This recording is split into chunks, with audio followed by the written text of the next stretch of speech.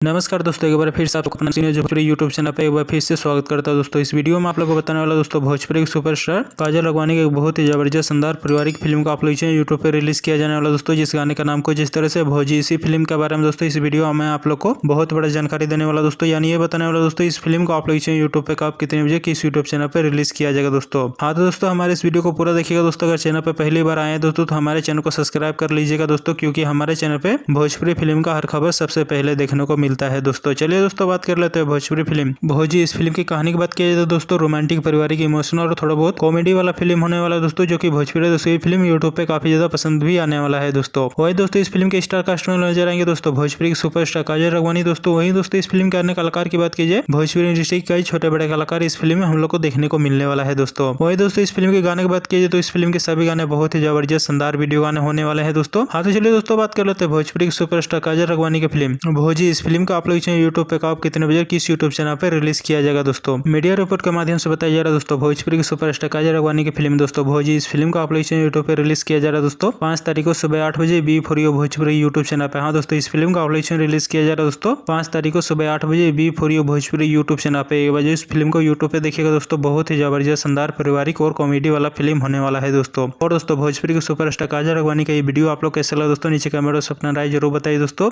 इसी तरह वीडियो देखने के लिए दोस्तों हमारे इस वीडियो को लाइक करें, चैनल को सब्सक्राइब करें, शेयर करें। मिलते गए दोस्तों वीडियो को पूरा देखने के लिए आप लोग को बहुत बहुत धन्यवाद दोस्तों।